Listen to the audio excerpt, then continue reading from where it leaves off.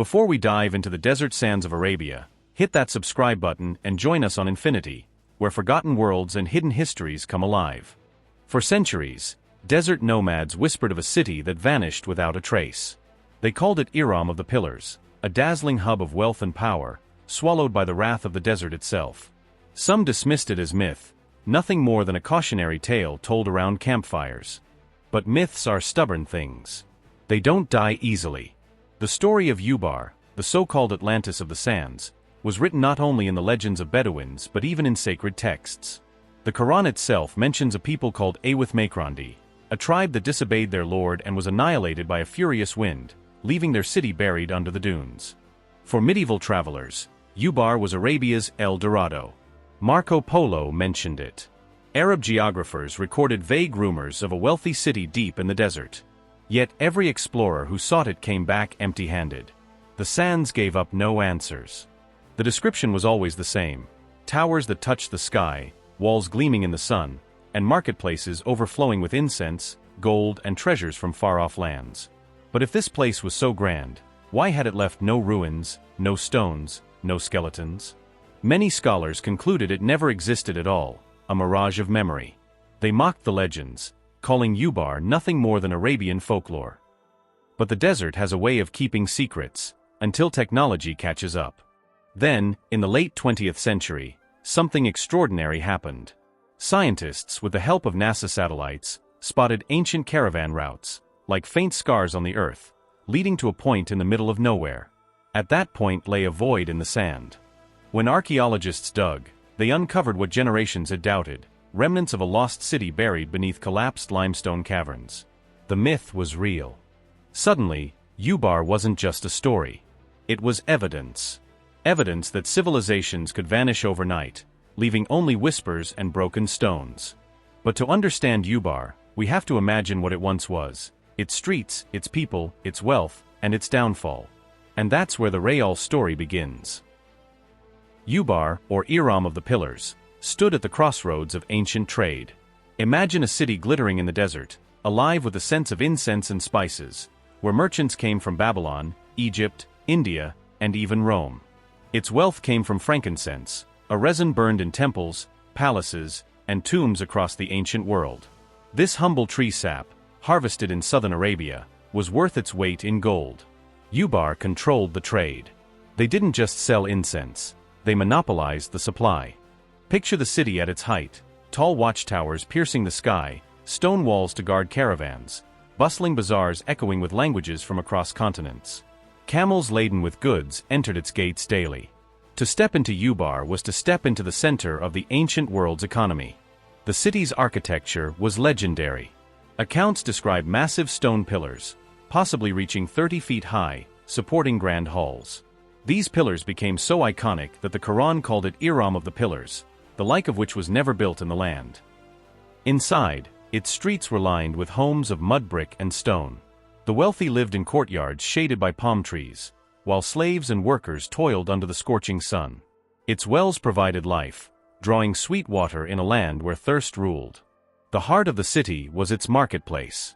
Incense burners smoked day and night, caravans exchanged silk, ivory, and gems, while storytellers wove tales of faraway empires.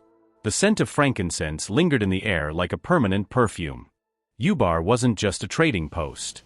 It was also a spiritual center.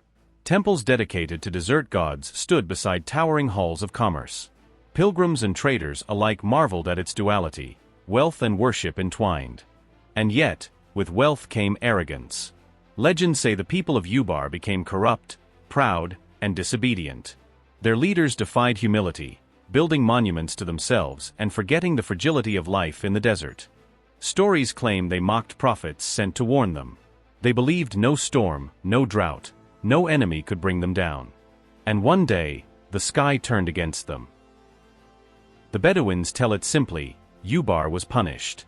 The Quran describes it vividly: a screaming wind, unleashed for 7 nights and 8 days, that tore through the land of Awith-Makrandi, leaving nothing but ruins. Imagine it: a sandstorm so fierce it devoured stone pillars, shredded tents, buried houses, and filled the air with choking dust. People couldn't breathe, couldn't see, couldn't run. The The city that once stood tall was flattened in less than a week. But science offers another explanation. Archaeologists discovered that Ubar had been built above massive underground limestone caves. Over centuries, the constant weight of its structures, combined with water erosion, weakened the foundations. Then one day, the ground gave way. Entire quarters of the city collapsed into sinkholes, swallowing towers, homes, and wells. Survivors fled, and the desert quickly claimed what was left. In either case, divine punishment or natural disaster, the result was the same: Ubar was erased. Its bustling streets went silent. Its markets emptied. Its incense fires went cold.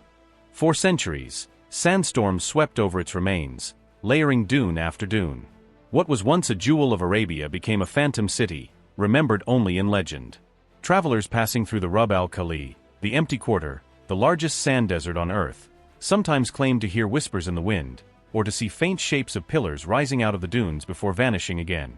Ubar became a ghost story, a city cursed to be forgotten, a reminder that even wealth and towers can't defy time. And yet, the myth endured. From Arab storytellers to European explorers, everyone wanted to find it. It became a quest, a desert Atlantis waiting for discovery. When NASA's satellite data finally revealed caravan routes converging on one hidden point, it was like the sands had finally confessed. Archaeologists unearthed pottery shards, stone walls, and most chillingly, the edge of a collapsed sinkhole, evidence of a city swallowed whole. The legend was true all along. Today, Ubar's ruins lie deep in Oman's desert. Not much remains: collapsed stone walls, crumbled towers, and the yawning mouth of the sinkhole that may have destroyed it. Yet standing there, you can almost hear the echoes of its past. Archaeologists believe Ubar was active from around 2800 BC to 300 AD, 1,000 years of prosperity before its sudden death. In that time, it shaped trade routes, connected empires, and influenced cultures across the ancient world. Some even argue Ubar was not just one city, but a network of settlements tied together by incense trade. If so, the Atlantis of the sands was both real and larger than we ever imagined. But what fascinates us most is not just its fall, but its forgetting. How could a city so powerful disappear from memory for centuries, surviving only as a bedtime story? That silence is as mysterious as the ruins themselves. Ubar reminds us that civilizations, no matter how mighty, stand on fragile ground. They can be toppled by greed, arrogance, nature, or simply time. And yet, there's something profoundly human in the fact that we searched for it. That we needed to know if the whispers were true. That we wanted to bring Ubar back into history, to prove that memory can outlast even sand. Today, tourists and researchers alike trek into the empty quarter to stand on the ruins of Iram, staring into the desert that took it. They don't just see ruins, they see a mirror. A warning of what happens when power blinds us to humility. The story of Ubar is not just about a lost city, it's about the arrogance of believing anything we build will last forever. So the next time you hear a legend dismissed as fantasy, remember the Atlantis of Arabia. It was once written off as a fairy tale too, until the desert gave up its ghost. And if you want to keep exploring these hidden corners of history, subscribe to Infinity. Because the past is never really gone, it's just waiting to be uncovered.